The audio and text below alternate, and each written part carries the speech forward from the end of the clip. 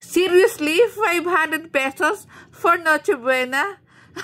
You make us laugh. Sa sinabi nila, parang tayong mahihirap, they teach us to survive while they expend our taxes in luxuries. Hindi pa nga tapos yung flood control issue, ngayon naman food control. Pucha, tuwing Pasko na nga lang magiging masaya, kumpleto ang pamilyang Pilipino. Tapos sasabihin nyo, 500 pesos kasya sa Noche Buena? Subukan nyo kaya sa sarili nyo, kayong mga nagsasalita ng 500 pesos kasya na. Yan ang problema eh, nakawan, pero kaming mga mahihirap ang magdudusa. At kaming mga mahihirap ang dapat magtipid. Lalo na paniwalain sa mga sinasabi nyo. Pero kung iisipin mo, kasya na siguro yung 500 pesos noong panahon ng 1980. Sige, panindigan nyo yung kalokohan nyo, hindi naman tanga yung mga Pilipino eh. Siguro it's time to think, kasi pag ikaw na yung apektado, baka hindi mo na malaban. Dagdag ko lang ha, sa Maynila kay Mayor Isko Moreno, sagot na yung iba pang panghanda sa Noche Buena. Kaya abang-abang lang kayo mga batang Maynila, merong malaking sorpresa sa inyo si Yorme.